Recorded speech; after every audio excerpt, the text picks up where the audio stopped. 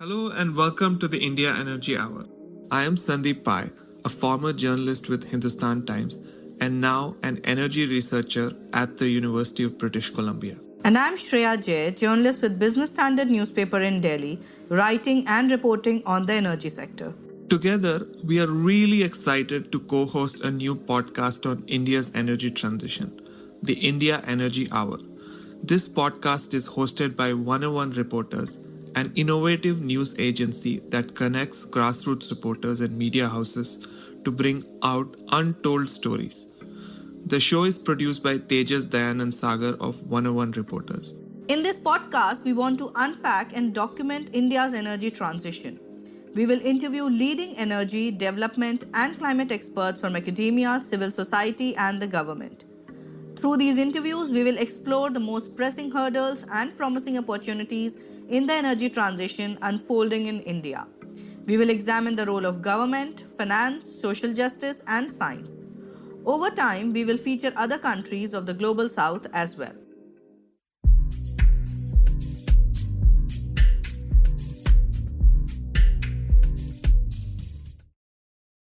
The International Energy Agency estimates that by 2040, close to 270 million people would be added to India's urban population. How fast India urbanizes and industrializes over the coming decades and the policies that govern these processes will be crucial for the country's energy future and climate mitigation efforts at the global level. To understand the implications of India's rapid urbanization on energy demand and climate, we interviewed Siddharth Singh, co-lead author of India Energy Outlook 2021, published by the International Energy Agency. Siddharth has researched and written extensively about global and Indian energy sector policies.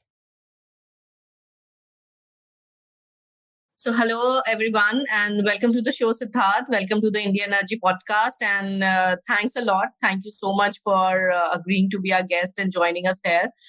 We are sure that we will have a very interesting dialogue over the issues that we are going to discuss.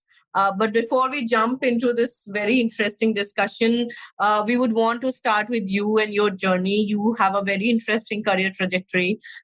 You work with the IEA currently. You have been a book author as well, which I must say has been a definitive work on the subject of air pollution. So can you start by telling us about yourself? Where are you from? What did you study? How did you decide to end up researching on this subject, please?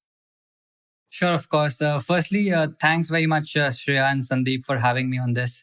I think, I've been listening to your podcast for a while and following your work in general. So it's good to be having a conversation on all these kind of, interdisciplinary issues that we have been working on over the years. I don't know where to begin, honestly. I think, let me just start with my pre-energy life and perhaps, walk towards how we got here.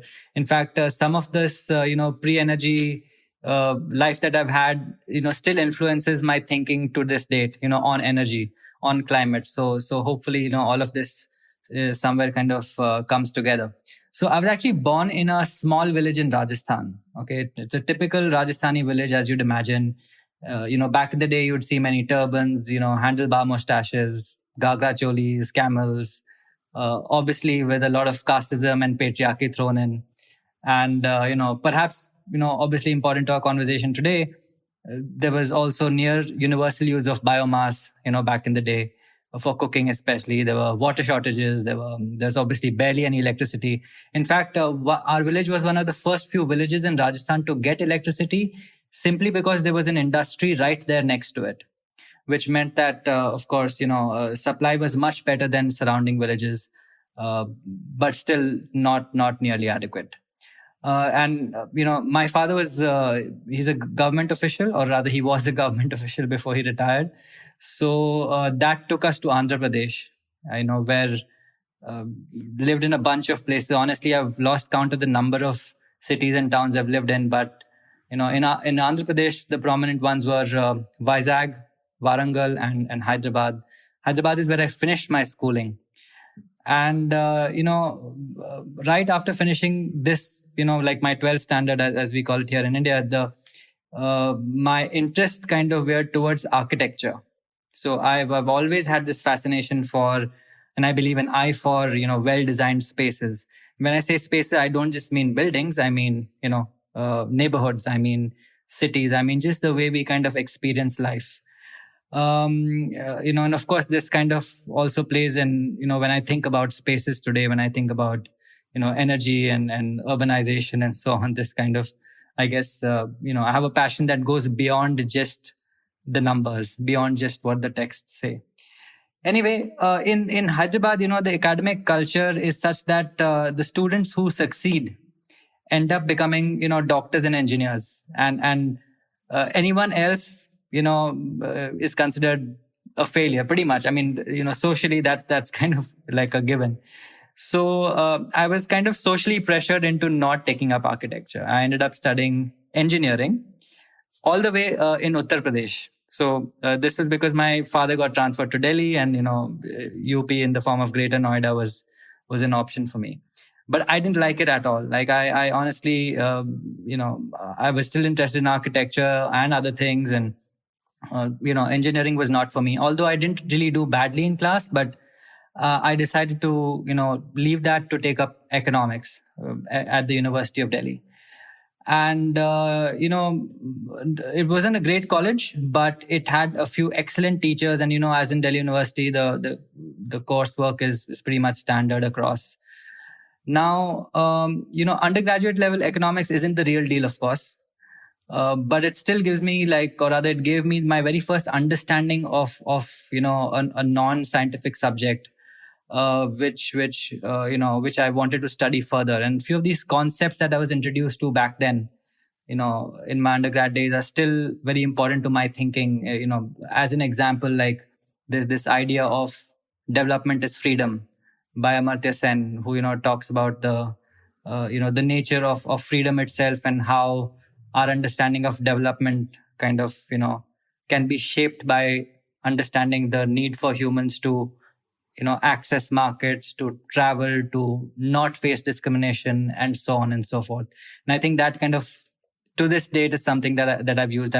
It's a topic I kind of dwelled into even deeply in my book, The Great Smog of India, which fortunately I had the chance encounter with Amartya Sen himself at a hotel in Delhi. So we kind of got to discuss this as well. So it's funny how things kind of just get connected in strange ways.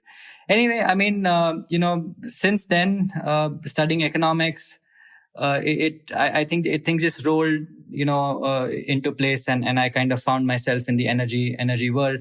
I think my first exposure to energy that I actually still remember to this date was from this movie Syriana, which starred George Clooney and Matt Damon. And that movie was a geopolitical thriller based in the Middle East, on the dirty world of oil, and the violence, conflicts, and rags to riches stories, mergers and acquisitions, monopoly capitalism, all of that. So I honestly wanted to understand energy more. And while I was doing really well at economics, I ended up doing very well in class. But I still didn't want to kind of go full time into theoretical economics and macro and so on. I was more interested in like sectoral kind of analysis, and energy was like the natural outcome of that. And I ended up studying, a subject which let me study energy and economics together for my postgrad. After which, of course, I've worked in a bunch of institutions, including TERI, including a private markets consultancy, which looked at emerging markets and sectoral kind of analysis within India. I worked at the Wuppertal Institute in Berlin on the Energiewende, the energy transitions there, and I've also worked at the Nansen Institute in Oslo, looking at the sovereign wealth fund of Norway, which is obviously based on oil. So it like a lot of my work started with oil and the traditional kind of energy sectors, but over the years, of course, it has evolved down to understanding the disruption, which is why we are talking about things like renewables and so on today. So yeah, I mean, I would say that I don't think I have depth into one thing, because I've seen people end up becoming experts through some rigorous work over the years on very specific aspects, I actually think that some of the most interesting things to me, are at the intersection of two or more disciplines. And I think that's where my role in energy is. I stand on the shoulders of giants who have already done some great work. I try to bring together different fields and try to make sense of it, which is where, be it my book or some of my recent work has kind of been based on. So yeah, I guess that's a very long story, but that's how I got here. That's really excellent. I have like many follow-ups, but I guess I will start with one follow-up about like the movie that you mentioned, Syriana. Like, what exactly that inspired you in that movie? Like, was that like your point that energy is the sector you want to get into, or it was just like a fascinating movie to watch? I think it was an introduction to me. I don't think that was a movie which kind of, after watching the movie, it was not that I decided that this is what I'm going to do, but it was very fascinating to me because that was a world that I had not really seen before, right? It was, it had, there are various aspects to it, but just watching consultants in the field of energy working with the royals in the Middle East to chart their courses of action, but they are unable to do so because of geopolitical reasons, because of Western powers having a presence in their countries, and the disproportionate influence that, say, large oil companies have in that part of the world, and how how strategic mergers and acquisitions can change the field of play. And of course, the nature of conflict itself, it's linked to terrorism, it's linked to state power. So understanding all of that and seeing how it links to energy and our just general quest to being more energy secure and so on, it was very fascinating to me. It made me want to read more. And I would say it definitely did play a role in me kind of charting this path. If I had not watched the movie, if I had watched something else, I don't know, maybe something else would have inspired me. Did any of the scenes from the movie replay in real life for you when you entered into the sector? Because your early years, you said, were in the oil and gas sector. Yes and no. There's one particular scene where there's a conversation that is being had by Matt Damon, along with the ruler of I don't know if it's a fictional country anymore because it's been a while since I watched the movie, but of a Middle Eastern country. And this particular royal is either the son or the nephew of the actual ruler, and he goes this Western young man goes up to the ruler to give him advice which he thinks is quite obvious, that why don't you invest in XYZ, and why don't you diversify your economy, and there were a bunch of things that he kind of advises. And then the royal kind of like hears him out. This is on the sand dunes while the royal is kind of playing with his eagles, and eventually the guy hears him out, and then he retorts that, you think I don't know all these things? I've also been educated in whatever, some American Ivy League university, and I know all of these things. It's just that the nature of the situation is such, with with the Western powers expecting us to buy arms, and then of course there's a bunch of things that he says in retort. And I think that scene is something I still remember, and I think it perhaps may have played out in different ways in reality at different points of time. It kind of shows how things that seem most obvious on paper aren't necessarily the way things kind of turn out in real life, which again in all through my research and writing, that is something I've really focused on. As an example, in my book, everyone knows largely where air pollution comes from, and therefore everyone kind of knows what needs to be done to kind of solve the problem. But if we know what the problem is, and if we know what the solution is, then why has it not been done already? And the answer to that lies in politics, it lies in geopolitics, it lies in economics and so on. So I think that is where I find things interesting, and that's the kind of stuff that I really like thinking about and solving, and trying to work through those kind of problems. That's really fascinating. I mean, we have to bring you back someday to talk about the movie in more detail and your book, but uh, maybe let's get to the topic of today. So, we want to discuss the IEA's energy outlook, India Energy Outlook, that you were one of the co-authors. Um, and so, within that specifically, we want to discuss the urbanization and how that will shape the energy landscape in the country. I have this statistic from the report that over the period to 2040, an estimated 270 million people are likely to be added to India's urban population. And then there is a quote which really captured sort of my thinking. How fast India urbanizes and industrializes over the coming decades, and which policies govern these processes will be crucial for its energy future and for global trends. So tell us more about like how urbanization is linked to energy use, and if you can break it down into different sectors, that would be great. Sure, of course. So, I'll firstly start with two disclaimers, and they're a bit long, so please bear with me. But then I promise you, once we're done with the disclaimers, for the rest of the conversation, things will flow a little, perhaps faster. So, first, let's just take a step back and think about urbanization itself. What exactly is it, and how is it defined in the Indian context, right? So, first to kind of just understand where India stands compared to other countries at the same level of incomes, same levels of per capita incomes. Uh, of course, India today is 35%, urbanized, so to speak, like that. That's a percentage of population that lives in urban areas. But at the same per capita level, back in the day when China was at this level, China was about 40%, Korea was 50%, Japan was 65%. And today with higher per capita levels, these countries are anywhere between 55 to 90% urbanized. Whereas again, the numbers considered in our work are that by the year 2040, India would have barely reached 50%, right? Now, this could, of course, be in part due to how we define urban areas and the politics that is behind this. So Indian states have an incentive to label areas as rural because this enables them to receive certain subsidies and exemptions and benefits that they would otherwise not be entitled to, right?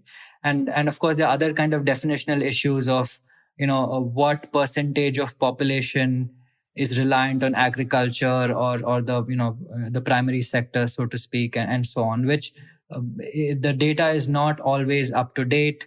It's not always current. It's based on censuses, which could be, which could have a lag of 10 years and so on, due to which I guess we may be underestimating the level of urbanization. So which kind of gets to the point that we'll talk about a few numbers of what this means, later in our conversation, but it's probably much more than that, in the sense that the pace could be, even faster on the upside. Now, a related aspect to this is part of what we call rural areas have already started to look like urban areas. So again, not all of it, but portions of it.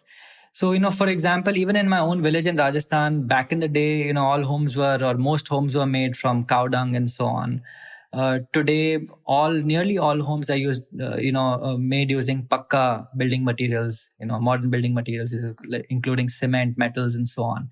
In fact, even in our own analysis, I looked at NSSO data and kind of extracted some very useful information on how homes in rural areas have really, almost universally started using such modern building materials or energy intensive building materials today, compared to even 20 years ago, where it was, about half or so. Now, in addition to that, many, if not most houses have televisions now, even in rural areas. There's been a rapid uptake in various kind of appliances, refrigerators, coolers, and so on in certain parts of, of rural, of what we call as rural India. And of course, also motorcycles and cars. And also, I mean, just to say that the population that is dependent on agriculture has declined from 60% in 1930 to about 38% or less than 38% today, which means that there's been a massive shift towards non-agricultural professions. Due to all of this, I would say that, we need to kind of be careful about how we interpret urbanization in India's context. So that's my first, caveat or first disclaimer. The second is that nobody really knows the future. I mean, I guess that's a given, but, just to kind of run through what IEA's numbers for the future mean is that, they're basically, this IEA's work is scenario based, right? It's based on certain assumptions on, policy ambition, on GDP growth, population growth, technology development, cost, prices, and so on. Of course, depending on these assumptions, the numbers, for the future can potentially change. And therefore, it's important to remember the IEA's numbers are not predictions, right? They are scenario-based exercises, which still have value because it helps us understand how various facets of the energy economy kind of interact with each other and how we are able to, understand the implications of today's actions on tomorrow, right? So I would say, broadly, these are like my two disclaimers, and let me jump right into your question now. So coming back to what you had kind of brought up, owing to obviously migration and even recategorization of areas from rural to urban, we will see that there'll be a rapid decline in urban population. In fact, the number 270 million is about the equivalent of adding about 13 Mumbais, 13 cities the size of Mumbai, to India's urban population, or to India's population in general, by the year 2040. And on the other hand, rural population is set to decline by 40 million, right? So, we think of India as a country that is growing, population wise, but we don't see where it is growing. And I think where it is growing also, will obviously have an implication on energy use, emissions, and so on. And of course, this will fuel, energy demand in India in general. So by the year 2040, we see that energy, demand grows by 70%, right? And again, let me just kind of, add to the disclaimer that I had put there. All the numbers that I'm actually talking about right now are a part of the stated policy scenario, right? So this is like, there's no central scenario in the, IEA's works, but this is the scenario that we will consider for our conversation today, because it is based on a moderate, growth scenario, which looks at India's stated ambitions and sees to what extent can they actually be accomplished. Not all of them are accomplished, but to the extent possible. Perhaps later we can talk about the other scenarios, but for now, all my numbers are from this stated policy scenario, right? Now, talking about where this energy demand will come from urbanization, like just to kind of break it down, there are about 4 or 5 or maybe 6 key buckets of energy demand, so to speak. One is through construction itself. Floor space in urban India is expected to about triple by the year 2040, compared to today's level. Compared to that, in rural areas, the growth will not be that significant. Industries now, of course, industry needs to produce the materials and the products and the goods that will drive this construction activity and consumption in general in urban areas. Right? So energy demand from industry is expected to double in the next 20 years. Similarly, buildings itself, I'm talking about the appliances and lighting and air conditioning and so on within buildings. So electricity demand in buildings triples by the year 2040. Then there's, of course, cooking. In urban India, we have largely transitioned to LPG, but not fully. So, there'll be some kind of transitional impact from biomass to LPG. There's, of course, also, commercial spaces, which goes beyond buildings. It could include, cold chains and so on. And, finally, of course, there's transport, which is the big one. So, transport energy demand is expected to double, in over the next 20 years. And while the share of electricity will still remain low, so I know we'll be talking about electrification and so on, but even by the year 2040, less than 10% of energy demand from transport will be electricity. So perhaps also a little bit due to efficiency gains, but in general, we don't expect a massive electrification happening immediately in the field of transport. And this, of course, in general has an impact on air pollution, climate change, energy security, which we can get to at some point. But But in general, yeah, I would say these are the kind of major buckets that will drive energy demand growth from urbanization over the next 20 years. You mentioned two, three very interesting things about urbanization. And before we jump into our main topic, which is the impact that it will have on energy demand, I wanted you to delve a little bit more on the urbanization part. You mentioned two, three things, and I can see a contrasting trend emerging when we talk about India's urbanization. You said that rural areas are increasingly looking like urban areas.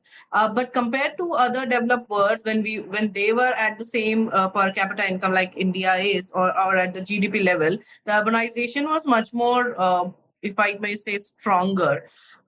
So, how do you define India's urbanization, if I can call so, or how do you see India's urbanization happening right now? So, firstly, I mean, the government itself has a definition of what constitutes an urban area. And I mean, I don't have the definition at hand, but it has, a bunch of variables that contribute to it, including what share of people in any given neighborhood, work in the non-agricultural sector, or what, portion of the GDP and that the local GDP is based on that. Now, that may be inadequate as a measure because, like we said, it's already beginning to look like it in terms of, building materials, cars, roads, and so on. There have been other attempts at defining urbanization in India, which include things like, population density in any area. Again, that's also an interesting way to look at it. But then there are places in, for example, Bihar and UP where population density may be very, very high. But despite that, it may not be as urbanized as other, parts because I would say that they still don't visually look like the rural areas of other parts of the country. So, as an example, again, Goa has one of the highest urbanization rates in the country for a state. I mean, if you exclude Delhi and cities, it has one of the highest urbanization rates. But, again, in Goa, as you travel through the non-urban areas, like the villages don't really have a lot of people. In fact, even the urban parts don't have a lot of people.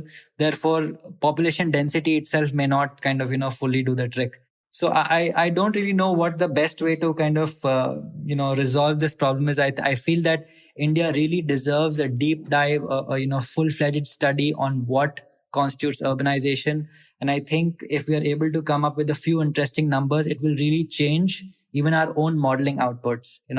What we think of as energy demand that could arise 20 years later could really be dependent on how we are able to redefine, what it means to be urbanized. So, I mean, I would say that in general, as we move, forward, as people's, ability to earn more and therefore consume more increases, our networks as far as our supply chains and so on go are quite strong even in villages. Like you have Amazon delivering anywhere in any part of the country. So the nature of consumption has also changed, and I think it'll be very hard to distinguish if you're in a neighborhood in a rural area versus a particular neighborhood in urban areas. It may be very hard to distinguish unless you're in a high rise kind of city.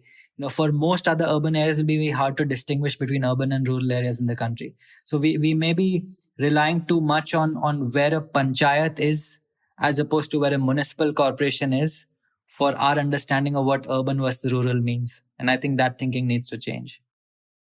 I think this disparity in definition, which you said that there's no clear model, also then impacts, energy access solutions available to these new areas becoming urban areas, right? If it's a rural area or something, states mostly have this idea that they should be given 18 hours of supply, defined supply, but they would be needing more probably, or the demand would be higher than what that particular power distribution company thinks of, or for that matter, LPG distributor. So I think this modeling will also help in energy planning, if I may say so.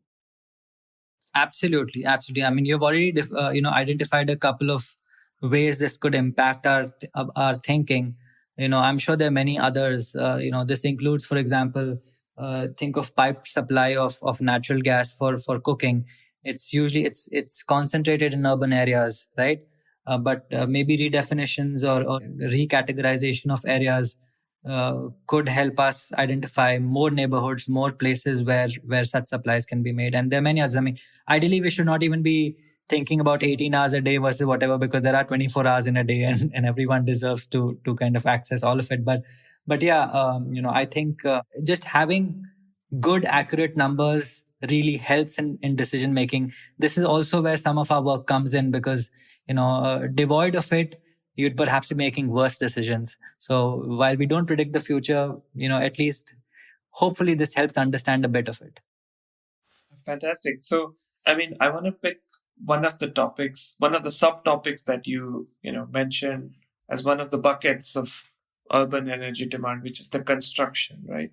So a bunch of this construction will happen using steel, cement, and other materials. And right now, the way we produce those is using coal. So what happens to sort of the coal demand for coal in India? Like, I mean, as you know, like everybody wants India's coal sector to decline. So what are the implications of this construction activity and urbanization on coal demand going forward?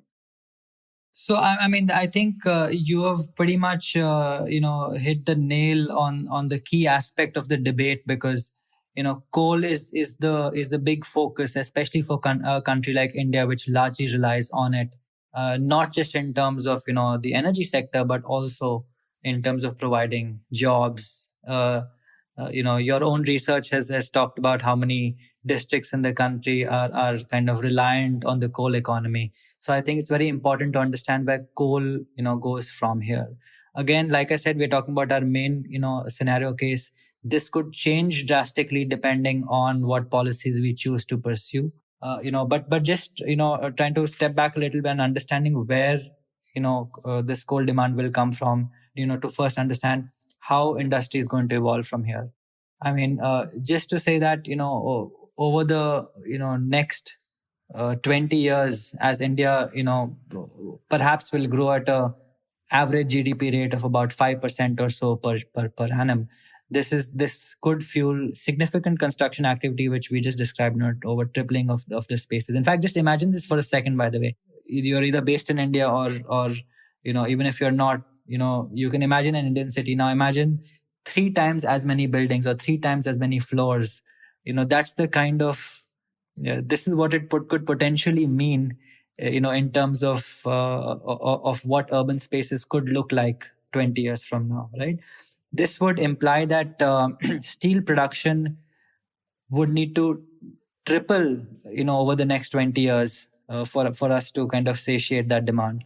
Similarly, steel production also increases by a factor of 2.5, right? And now, it's very hard for this industrial sector to be electrified. To like solar and wind may not be able to service this kind of demand, due to which, of course, CO2 demand from industry as a whole could double by 2040 again, which is huge. Other countries are already looking at ways of reducing emissions, but in India, for the industrial sector, it is doubling by the year 2040. Now, the government has this ambitious plan for natural gas, and the idea is that this natural gas will replace, coal in industry and in other applications. But we see that even, at least in our analysis, that even while natural gas demand from industry quadruples in the next 20 years, coal demand will still double, right? So and at the same time, coal demand from the power generation side remains largely stagnant. It does not really grow from today's levels, assuming that the coal-fired power plants from today continue to be on board. There are no early retirements, and there are a few more that may come on board. But on the whole, the demand from the power generation side remains the same. But overall, coal demand still continues to rise in India, and so India may not be able to fully transition away from being a coal-based energy economy over the next 2 decades at least. So yeah, I mean, I guess this also kind of, in a way, raises the debate on where or how India sees itself as a future industrial power, in a way, right? The question is that can a country like India develop on the backs of services, or do we need a huge manufacturing base?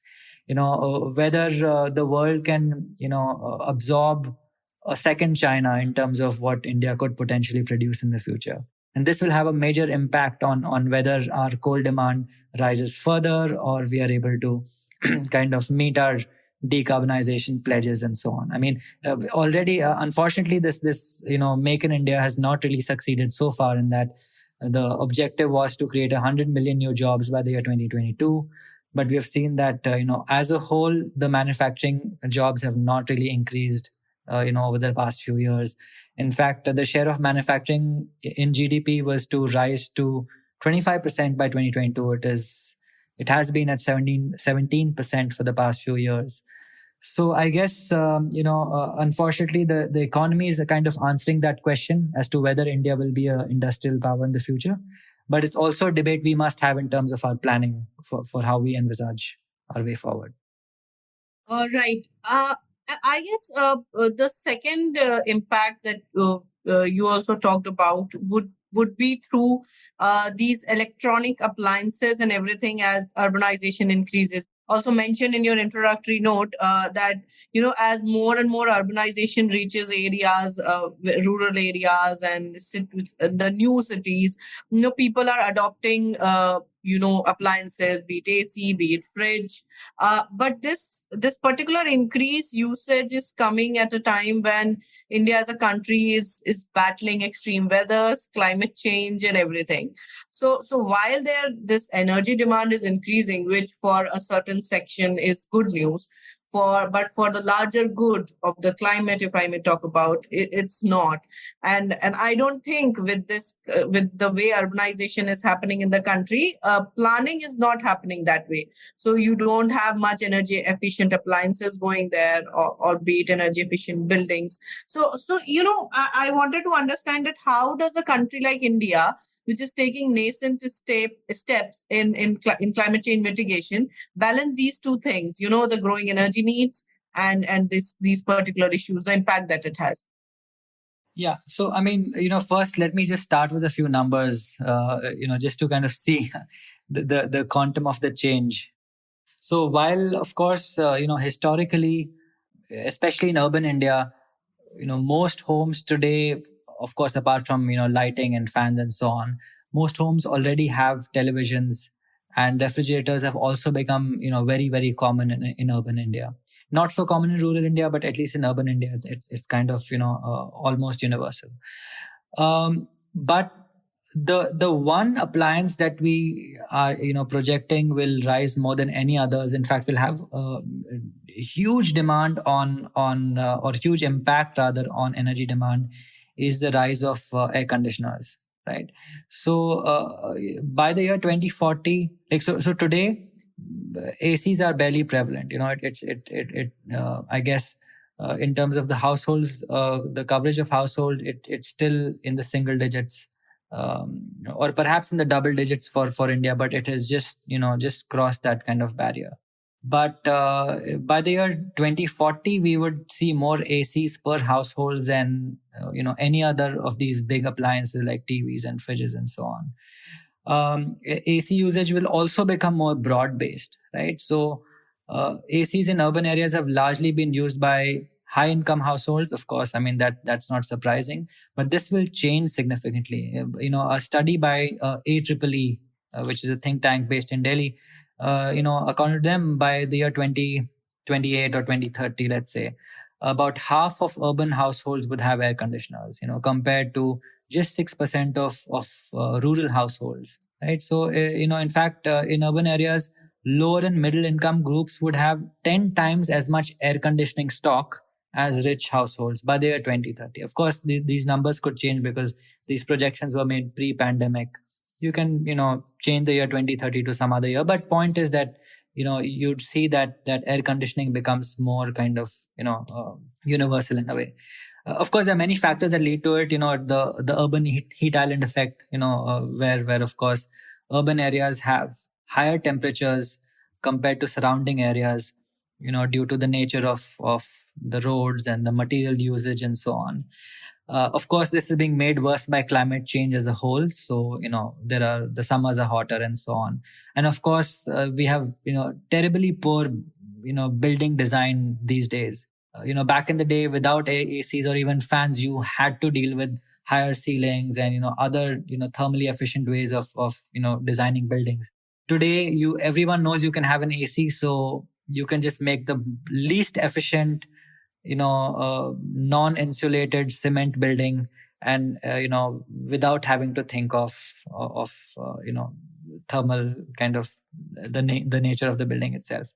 And this presents a huge impact on energy demand. So while of course we're talking about appliances as a whole, simply because air conditioners as appliances take a huge chunk of that energy demand, I'm just focusing on it. But you can pretty much dump TVs and fridges and whatever else along with air conditioners, and it would not have that much of a change in the implications of it as far as energy is concerned, as far as emissions are concerned.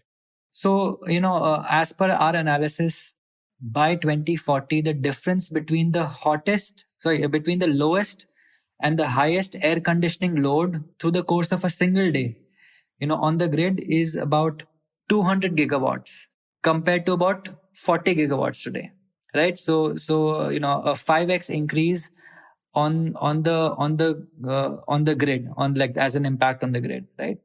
Now, due to this, of course, firstly, because of this variation, like an intraday variation in demand as well as supply, of course, due to solar and wind and so on, India will also become a global leader in batteries. We expect that the Indian grid will need a lot of batteries, because the nature of the flexibility requirement is best served by batteries, as opposed to other countries where they may have more seasonal variations. For example, they may need heating in the winters in Europe, which you don't need as much in India. So I guess because the intraday nature of our flexibility demand, it is batteries that may end up succeeding at the marketplace in India, of course, with good policies and so on. But in general, I guess there's no easy answer to this. You've already kind of mentioned energy efficiency, right? I mean, I think that's a no-brainer. Again, as per our analysis, residential peak cooling demand could be reduced up to 25 gigawatts on an intraday basis only through energy efficiency. So energy efficiency does play a huge role, in this. But apart from this, we need to think of non-AC ways of cooling buildings as well. And that is something that we have not given enough thought. And you obviously mentioned building design as well, and I would add to that, there's also behavioral aspects. Which what temperatures do you really need households or offices to be at, and so on. I mean, in general, the answers seem very obvious, but practically what this means is that we really need to invest into ensuring that we have built the capacity, firstly, so that people are able to understand what is needed, and we're able to find the right technicians and the right kind of people who are able to invest into this. So we have way more IITs than we have skills institutes that have more basic kind of training on such things. I think energy efficiency should also be taught at at skills institutes for electricians and mechanics and so on and so forth. That's something that perhaps is not being done enough. And we also need government capacity to actually enforce this. We have way too few people who deal with energy and buildings energy efficiency in general. So I think that is something that we really need to kind of invest on. Then the more obvious things will actually be implementable if we actually have that capacity. This topic of air conditioner is so fascinating, and anybody who's lived in India can imagine, especially in a place like Delhi, it's so hot and humid during summers. I was wondering, I mean, here, where I'm living in Canada, there was a heat wave recently, and, people started talking about heat pumps as a solution. I don't know if you have thought about that, or like the heat pumps as a solution for a place like India. Perhaps it could take off some of the load of air conditioners. If you want to sell heat pumps in India, you will have to change the name. the moment you tell heat pumps in an Indian audience, they're like, we don't need more heat. We have enough heat.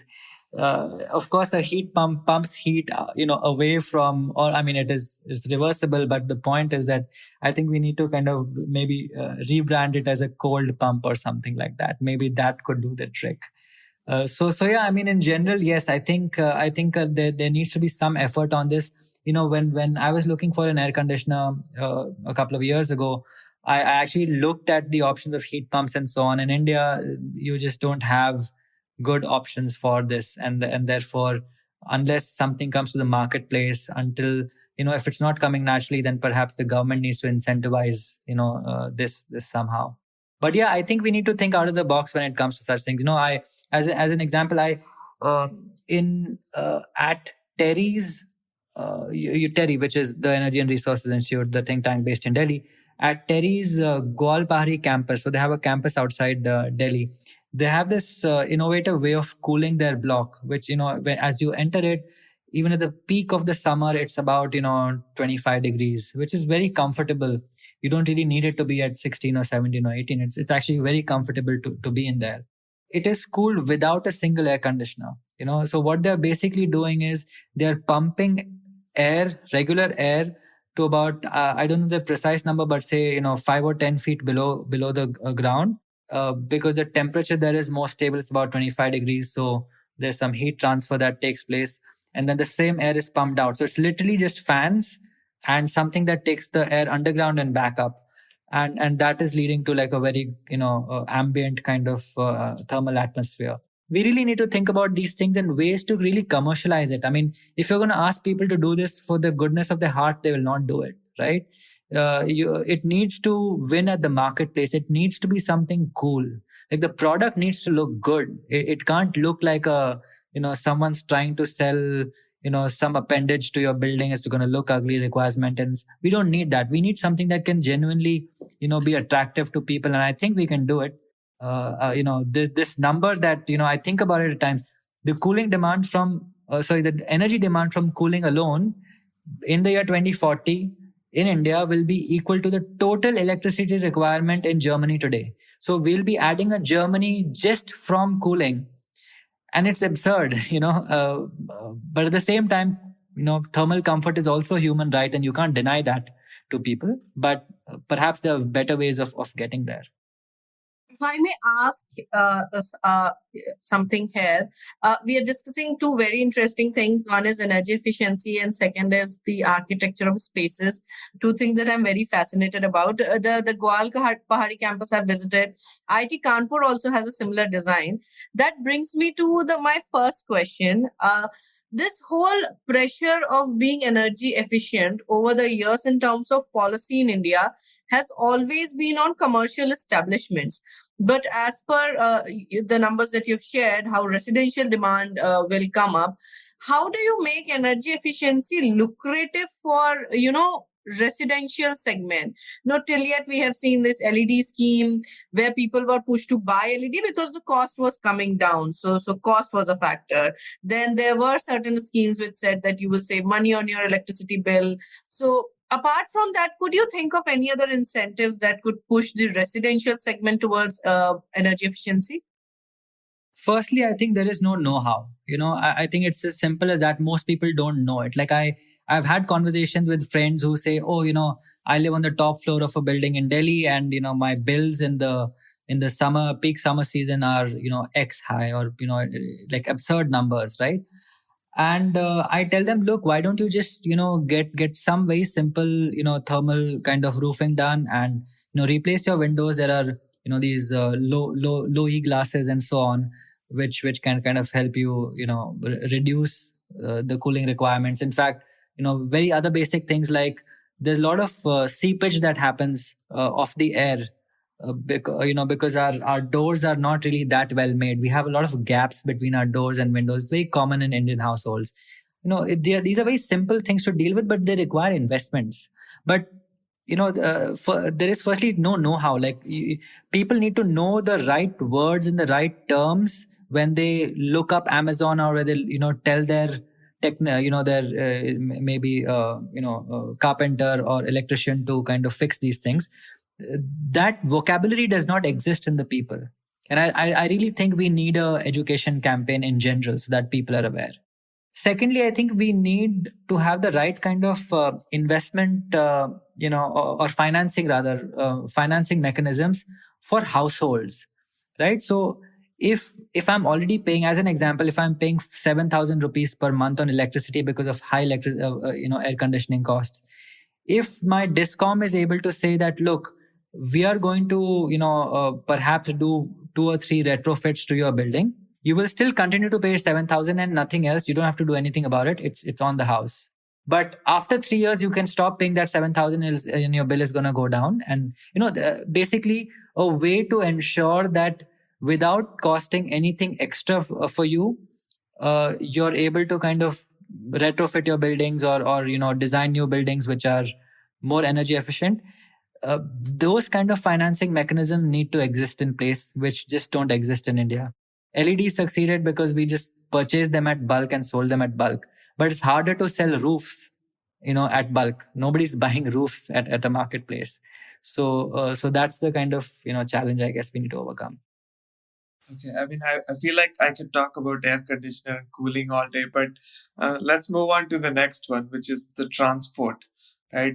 Urban transport is going to be such a huge, with around 270 million people, according to your estimate. I'm not taking the number, but, plus minus number of people being added.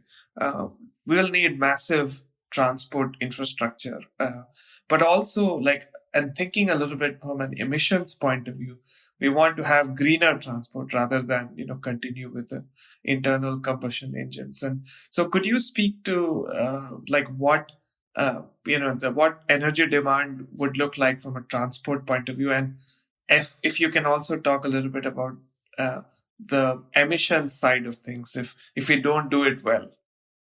Of course, I know. Firstly, kind of let's just understand how urban India travels currently, right? So, how do people move about? A recent study by CEW, which is a think tank based in Delhi, shows that most trips, most daily commutes, or not just daily, any commutes for that matter, are short. So they are just a couple or maybe 2 or 3 kilometers in length, right? And secondly, most short trips are not motorized. So we are talking about, a significant chunk of people who are moving about without using, oil, without being reliant on fossil fuels or electricity or whatever else. Then a lot of the medium length trips, so to speak, about 10 kilometers or 7 kilometers or so, are done using two-wheelers, right? And most people travel within this kind of distance. So most people are not really, traveling long distances. This sounds like a good thing, but again, to kind of repeat that point, people aren't doing this due to the goodness of their hearts. They're not doing this for environmental reasons. India is still, of course, an emerging country, right? Our analysis shows that as Indians become richer, they will switch to four-wheelers, or in fact, motorized two-wheelers for that matter.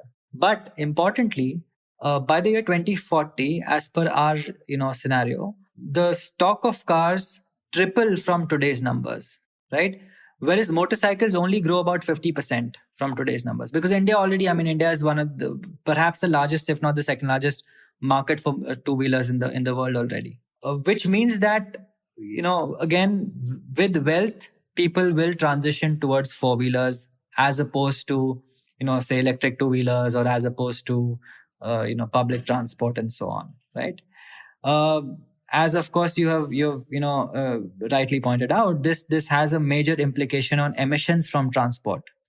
We expect that, CO2 emissions from this sector will double.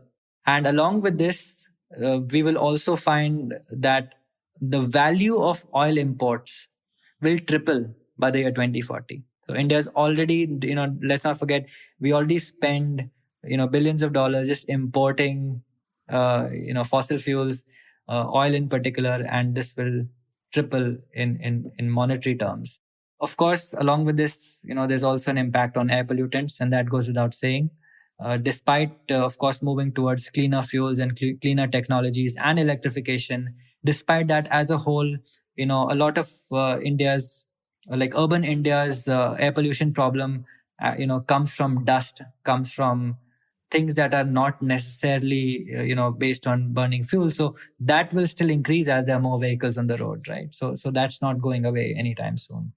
Now, to move people, from to move people to public or non-motorized transport will not be easy, right? So the issue is that historically, we have never really considered the comforts of people, because we always, we are a poor country, or emerging country rather, and therefore our infrastructure, our spending priorities are such that, for the poor, we have the worst of buses and the worst of bus stops and trains and so on. But honestly, this is a really major component of energy demand and emissions, and India should take it seriously because it could impact India in more ways than one. We must consider the comforts of people, because that is what will ensure that people continue to use public transport as opposed to purchase private transport modes. We need to think about interoperability, between different modes. We need to think about overcrowding. We need to think about safety. Again, take the case of Mumbai locals.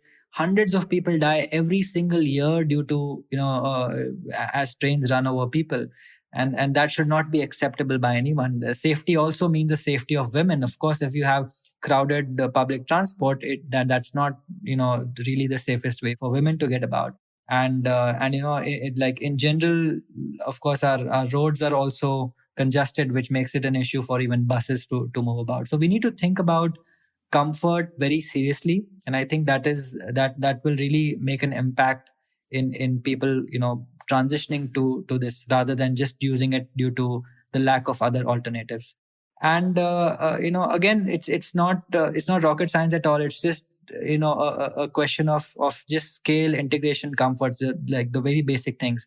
To add to this, there may be some conditions that are unique to India which don't exist in other countries. So we may need to get innovative about it. Again, these are not tried and tested solutions, but just as I think about it, perhaps our bus stops need to have thermal insulation, just to make sure that people in the peak of the summer, when it's 45 or 50 degrees outside, bus stops perhaps cannot be air conditioned universally, or maybe they can even, but we need to think of ways to make it comfortable for people. These are things that other countries don't really have to think about. We may need to think about solarizing cycle and walking tracks, to ensure that there's some shade at the top. Of course, trees are ideal, but if trees are hard to plant, if we are not able to reach that scale, then at the very least we could perhaps generate some electricity, or basically find ways to make sure that people are comfortable as they walk around, as they use public transport. Something that European countries don't really have to think about, but I think India will need to. Honestly, I had never thought about it from a comfort point of view, but it's a really fascinating point, because you see the conditions of sort of like how people travel, and comfort is the last of concern, right? So glad we covered such interesting topics. But let's talk about emissions, right? Climate change is real, and we need to take bold climate action. And one of the presentations I had seen of you guys giving, and you really nicely articulated how India is at the center of global energy demand, and perhaps what India does in terms of taking climate action has implications for global emissions. So could you give us a big picture perspective of what all of this means from an emissions point of view, urbanization and demand for air conditioner and vehicles and so on? So look, just to kind of elaborate further on the point that you made, it's one of the kind of key central points that is often made by IEA and IEA's leadership, that India will has in fact arrived at the center of the global energy conversation and demand for energy. This is because over the last 20 years, the largest center for energy demand growth was China. But for the next 20 years, the largest center for energy demand growth will be India. more than China, more than Japan, more than Southeast Asia as a whole, more than Africa, more than South America.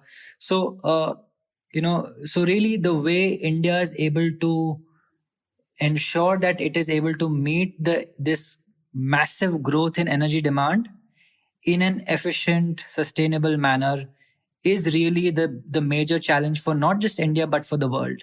No, so therefore goes without saying, but all eyes will be on India, and especially on India because India is a developing economy. It's a growing economy.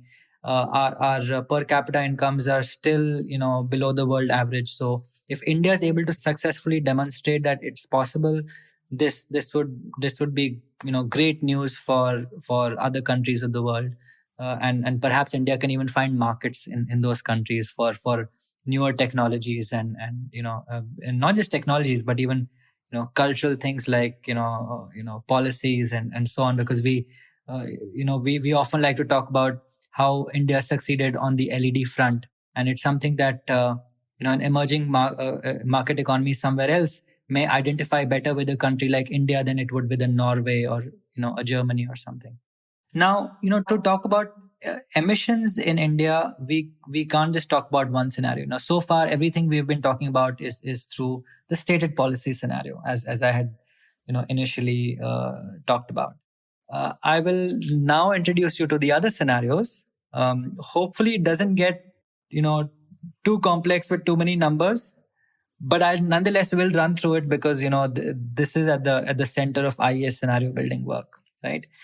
So, stated policy scenario is what we were discussing so far.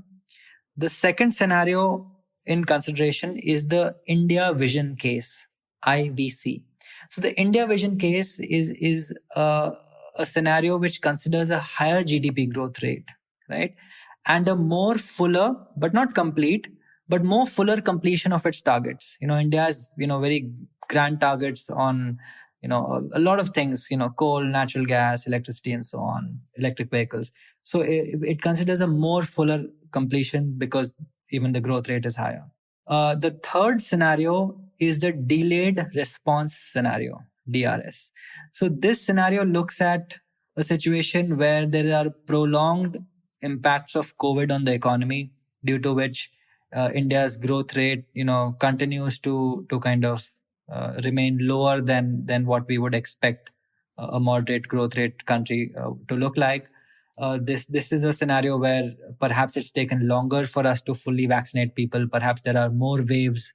Perhaps there are more lockdowns in the future, right?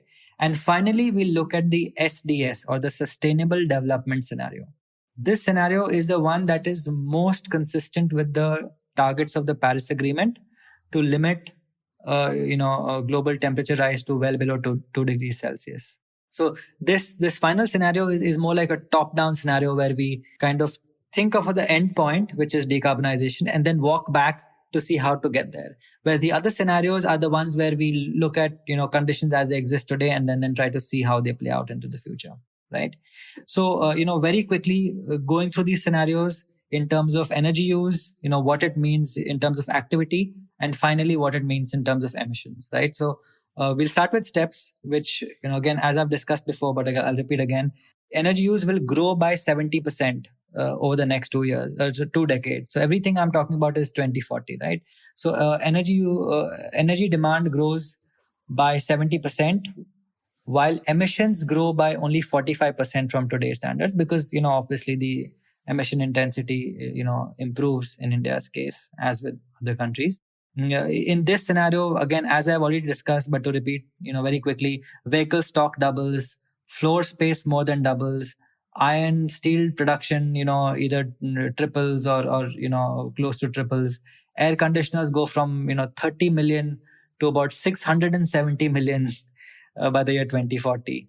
This is also the scenario where biomass use, while it reduces, it still continues in rural areas alongside LPG. So, there is fuel stacking. Households use biomass along with LPG. So this is the stated policy scenario, the one that we have been discussing so far. The India Vision Case has GDP growth which is about a couple of percentage points higher than the stated policy scenario. So this is actually a scenario where the GDP, the size of the GDP itself, is about 15% larger, 15% larger in the year 2040 compared to the stated policy scenario, right? So if we are talking about a much bigger pie. But despite this larger economy, energy demand is actually lower. It's lower by about 5% compared to the stated policy scenario in the year 2040.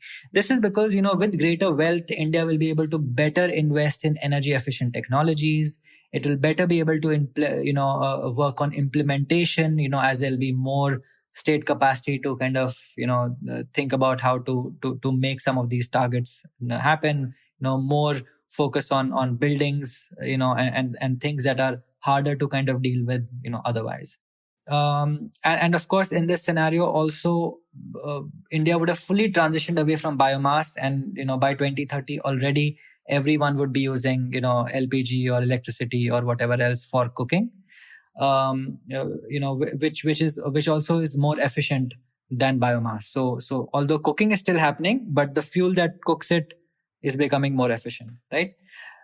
And due to this, overall emissions are 10% lower than the stated policy scenario. So, to kind of quickly summarize, with a 15% larger economy, India can have 10% lower emissions simply because with a bigger GDP, we can invest further into, things that make us use energy more efficiently. Next, we'll talk about the delayed response scenario. So this is the COVID one, the one that kind of, in fact, the funny story here is that when we published the IEO, this was, in February this year, we, at that time we were just having peer reviews just before that. And, a few peer reviewers kind of pointed out that, why do you even need this scenario? COVID is already behind. India's, cases are falling. Our economy is improving, and you're just wasting your time with this. And then the second wave hit, and here we are, where the scenario that we had discarded, not discarded, but at least mentally we didn't really focus too much on it. But now we need to, because the future is uncertain. Anyway, in this scenario, the size of the economy is 10% smaller than the stated policy scenario in the year 2040, right? Because of course the growth rate is slower, and COVID comes in waves and things like that. As a result of this, emissions are also 10% lower compared to the stated policy scenario. So again, in a way, this kind of illustrates, the difference between the India vision case and the demand, the delayed recovery scenario, looks at, the point it makes is that it's not the GDP alone that has an impact on emissions. It's not that higher GDP always means higher emissions. It's what you do with this. It's how you kind of, are able to fulfill your policy ambitions and so on. And we definitely don't want the latter scenario. We don't want a scenario where we have both lower GDP and lower emissions. We would rather have higher GDP and lower emissions, which is what we should be kind of aiming for. The final scenario that I'd like to talk about is the sustainable development scenario. This is the scenario where India goes to net zero by the year by about, in the mid 2060s, without picking a single year. It's in the mid 2060s. While India goes to net zero by the mid 2060s, I will focus on the year 2040 only, because that's where, we really have things to talk about. So, in this scenario, energy demand is still 20% larger than it is today. So I'm not talking about, I'm not comparing it with steps and all that. Compared to today, energy demand is still higher, right? But despite this, emissions under this scenario are 60% lower than even today, right? So despite having 20% more energy use, emissions are 60% lower, because there are significant investments into clean energy technologies, into electric vehicles, into grids, into batteries, into solar, into all of that, right? A very interesting point that emerges, and this is not a scientific argument about, allocating resources and so on, but it's still interesting, is that, remember when I said that under the stated policy scenario, fossil fuel import bill will triple in value, by the year 2040. So basically, pursuing the sustainable development path, India can bring down the cumulative value of its fossil fuel imports by $1.4 trillion. And now it so happens, coincidentally, this is not a relationship between this and anything else, but coincidentally, that is also the amount of investments we need into clean energy technologies under the sustainable development scenario to basically have lower emissions. So it takes 1.4 million US dollars to get there, and if we get there, we can avoid 1.4 million US dollars of outflow from the Indian economy for fossil fuel imports. Right. Again, to reiterate, it's not a one for one, but it's still an interesting outcome that they both kind of look similar to each other. So yeah, I mean, I guess sorry for bombarding you and all the listeners with so many numbers, but I hope it gives some perspective as to the direction of of the economy, the direction that we want to pursue in general. Just to summarize, we want high growth, we want more development. We love energy, but we don't like emissions. So that's the path we should actually be pursuing. That's fantastic. I mean, this week, one of my paper is coming out where we also looked at a bunch of Paris goal scenarios and stuff. One thing I just wanted to ask you, and you don't have to answer this question if you're not comfortable with, is what do you think India will likely follow the path? I mean, these are scenarios. I completely get it, all the caveats. But if this is not to IEA, this is the question to Siddharth. Like, what do you think, given, you're looking at policy space very closely, you interact with research community, and you're seeing what's going on in India. What is the likely scenario India is likely to follow? Forget about 2040. Let's talk about next 5 years. I fully understand your question, and I think again, as you kind of rightly framed it, I speak for myself now, and in general as somebody who's been operating in this space for a while, interacting with policymakers as well as the industry and so on. Look, firstly, just to kind of talk about the fact that a lot of our decisions are based on things that go beyond good intention. Right?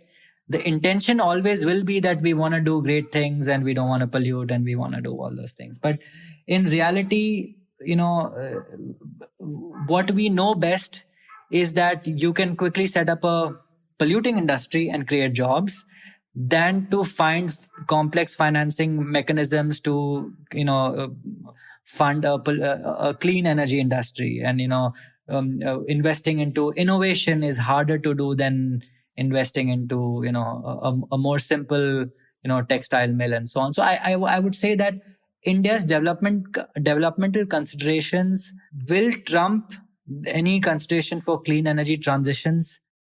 This is not to say that clean energy transition leads to losses in jobs, because that's debatable. And again, depending on the study, you will see that on the net you could create more jobs through a well managed transition.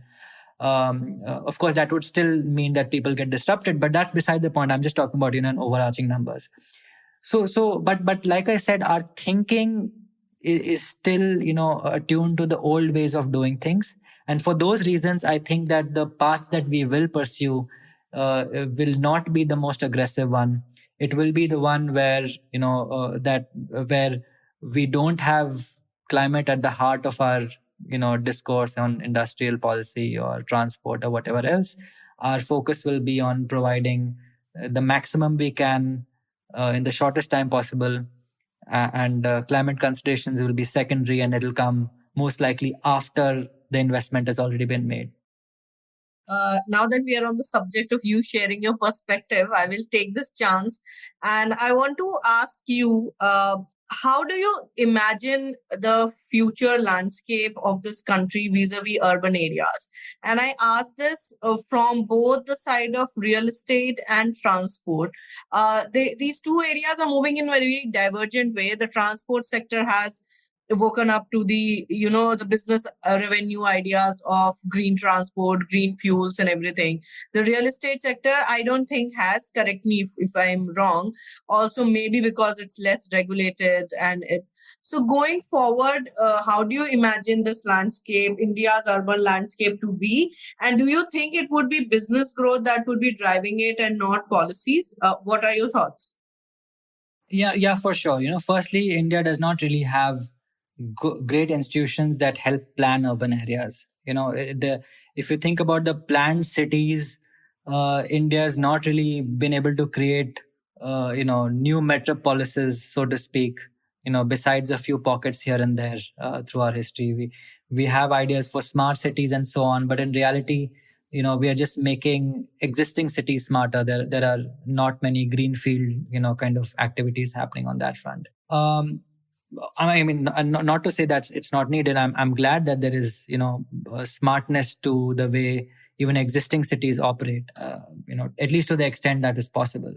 But in general, the way urbanization itself is happening, and specifically the way the real estate sector is kind of evolving, I think this will prove to be one of India's biggest challenges over the next 20 years, or in fact even longer. India just does not have the state capacity to actually implement existing laws. Secondly, the existing laws have not even been notified by the different municipal corporations and different states and districts and so on. So you may have the central government, working with either international think tanks or with, even domestic think tanks to come up with progressive regulations on energy efficiency and material use and so on.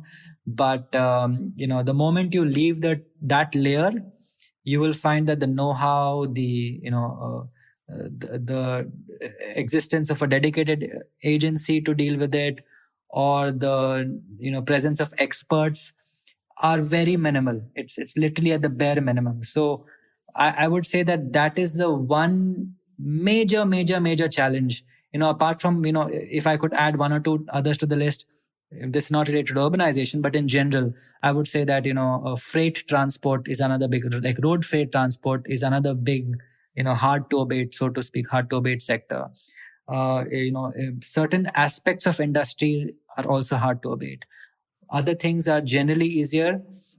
But, like you said, the conversation on transport is, is moving towards electrification and, green and so on.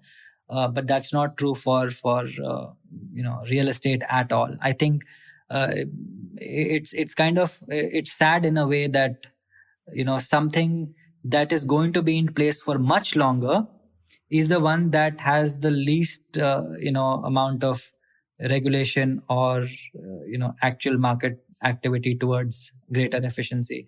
Buildings could last as much as 100 years, whereas a car, I mean, it's fine. It's hard to, it's hard to kind of decarbonize, or rather to, remove inefficient cars from the roads, but they'll be gone in 10-15 years anyway, right?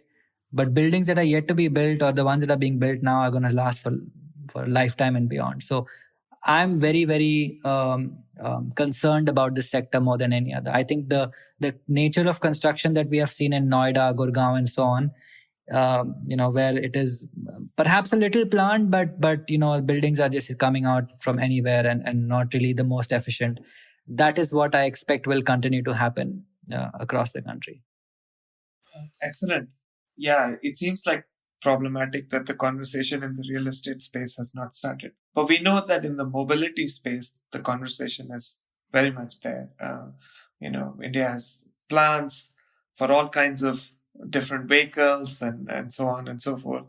But are you satisfied with the conversation? I like how you framed that, with the help of international think tanks, or like the know-how in Delhi, if I can call it, is towards the right policies and regulations and so on. But like, how do you manage transition smaller towns and cities to smarter mobility choices? I know that two-wheelers could become a good choice, but what about cars and other forms of public transport and so on?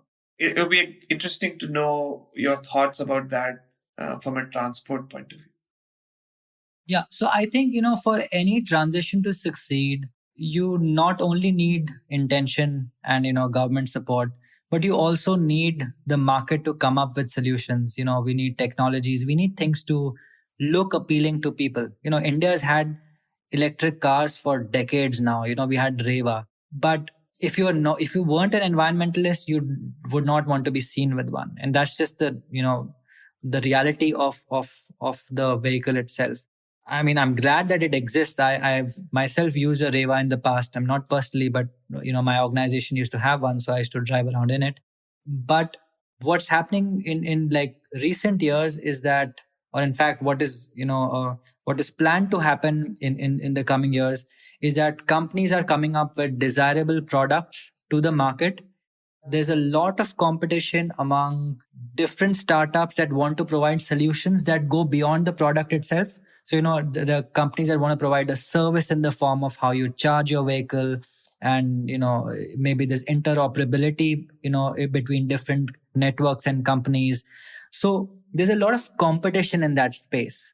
It's not that the government kind of enabled this. This also happened on the backs of what is happening in other countries where electric vehicles may have, kicked up pace due to other reasons, and the fall in lithium ion battery prices, the improvements in technologies, the, uptake in China and Europe, which kind of has spurred interest in other countries. That's not true for a lot of other sectors. So I would say that, India's electric kind of vehicle revolution, so to speak, of course, is very slow. Again, the government does provide subsidies, but the government will have to provide a lot more for it to be viable as a product today. And in India, you can't justify that because you're basically, subsidizing the rich or the upper middle classes, which is perhaps not the best thing to do. But having said that, I think give it a few more years when we see electric vehicle compete with the internal combustion engine vehicle at the point of purchase in terms of prices. This may happen in a few years. Once that is to happen, I think there'll be a tipping point reached and things will look very, very different in the future. But in general, I think India being in the current, developmental trajectory, we should not be overly worried about inefficient vehicles that already exist. Other countries have the equivalents of, cash for clunkers, where you can purchase inefficient vehicles and replace them basically, or the government basically, gives you some money for early retirements. India can't do that. It's just a bad look to pay the rich to give up their vehicles. So we may as well think about the future as far as transport goes. In general, like I said, we need scale and comfort. Let the government India should just purchase buses left, right, and center. It does not even matter if it's not electric, like just literally buses. They're efficient. Let them be air conditioned. Let them be close to free. And you will see that people will be more than happy to use them over purchasing personal vehicles. Apart from public transport, real estate, and everything, I just wanted to quickly ask about what role, public spaces can play in both climate mitigation and also making urban areas more energy efficient. This is my observation that public spaces in India compared to Western worlds are not given that much importance. And these could be a trailblazer, I believe, in changing the mindset of the public towards having energy efficient structures or anything. Quickly, what are your thoughts on that? And do you think that, if we plan them that way, probably that could, pave the way for better planning across the areas? So, there's this kind of meme that I read on the internet a few days ago. The question asked was that, why aren't kids going outdoors these days? Why are they always stuck indoors? And the response was, have you looked at the outdoors we have created? And there was a picture of, huge roads. The playgrounds were barely existent. There are barbed wires everywhere. And that's the urban setup, the public spaces, so to speak, that we have created. Of course, kids won't want to go out. I mean, it's neither safe, it's not fun, it's not spacious enough. And of course, there's a pull factor with other technologies and so on. But point is, we have not created the necessary kind of public infrastructure that drives people outside. And I always, like in Delhi, for example, I really truly enjoy being in the India Habitat Center because I think it's genuinely a very well designed building. When you go there, even on a hot day, for some reason it is less hot than than being anywhere else. It's just the way it has been kind of designed makes me feel that this is how construction can happen. It helps me visualize it. And of course, I mean, if you don't have the option of seeing for yourself what efficient building and design and public spaces look like, you will not be able to replicate that at your household level, right? So, but again, it comes back to the same thing. India being a poor country, what can we really invest on? And can something like this even be centralized? I don't think so. Not everything can be centralized. The unique conditions that exist for a city will or a town will exist only there in those states and those climatic conditions. And not every state has the need to create one. Again, it comes down to the, I guess, income levels and mindsets of the ruling politicians in those places and administrators in those places. So I think this is one of the harder to do kind of things. If there were things that are easier to do, simpler things like subsidies or market design by policies, those are easier things to do. Things that require more planning, more, like long-term kind of thinking are harder to do. So again, it's not something I'm very confident about, but hopefully that changes. Let's see. Well, thank you so much, Siddharth. This was just such a fascinating conversation. We covered so many different topics. Yeah, really appreciate your time. No, thanks so much, Sandeep and Shreya. I've, like I said, I've learned a lot from your own work over the years, and I'm really glad that we could have this conversation today. Thanks so much for having me. Yeah, it was very interesting. Thanks a lot. Thank you again. I didn't even thought that we would cover so much ground, but we did. So it's just very good. Yeah, I mean, you had some great questions, so I had to kind of scribble down a few notes and stuff. But yeah, this is very interesting. Thank you. For more information about the podcast, visit us online at www.101reporters.com/podcast/the_India_energy_hour. You can also reach out to us on social media and send us your comments and suggestions. My Twitter handle is at Sandeep Pai with a double I, and Shreya's Twitter handle is at Shreya_J.